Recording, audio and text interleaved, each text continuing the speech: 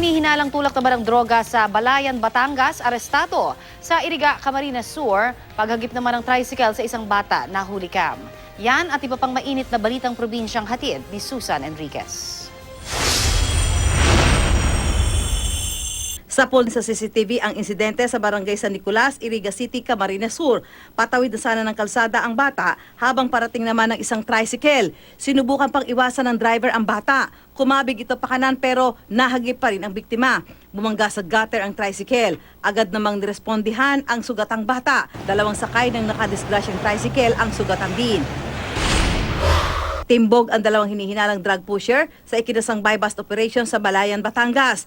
Nakilala ang dalawang suspect na sina Joseph Navora, 24 na taong gulang, at Jaime Mangarin, 32 taong gulang. Inaresto ang dalawa ng maaktuhang nagbebenta ng illegal na droga sa isang pulis na nagpanggap na buyer. Nakuha sa kanila ang dalawang pakete ng hinihinalang shabu at marked money. Tumanggi magbigay ng pahayag ang mga suspect. Nakatakda silang sampahan ng kasong paglabag sa Republic Act 9165 o ang Comprehensive Dangerous Drugs Act of 2002. Susan Enriquez, GMA News.